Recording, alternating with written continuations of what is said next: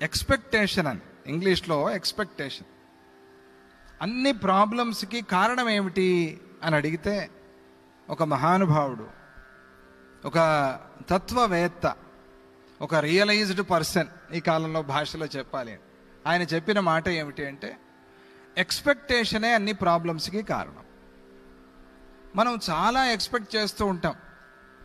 మనం ఎవరు ఎక్స్పెక్ట్ చేసినట్టుగాను మనం ఉండము, కానీ మనకు మాత్రం చాలా ఎక్స్పెక్టేషన్స్ ఉంటాయి జనం నుంచి. ఇది అన్ని దుఃఖాలకి కారణం.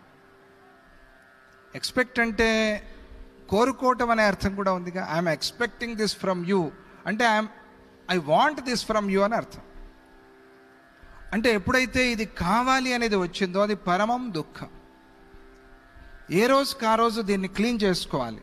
ప్రతిరోజు పడుకోబోయే ముందు ఈరోజు ఏ విషయంలో నేను తృష్ణతో ఉన్నాను, సాధించాలి అనుకోవటం వేరే, తృష్ణ వేరే, రెండిటికి సమం ఒకటి అనుకోవద్దు. సాధించటం అంటే వచ్చిన దాన్ని వదిలేయగలగటం.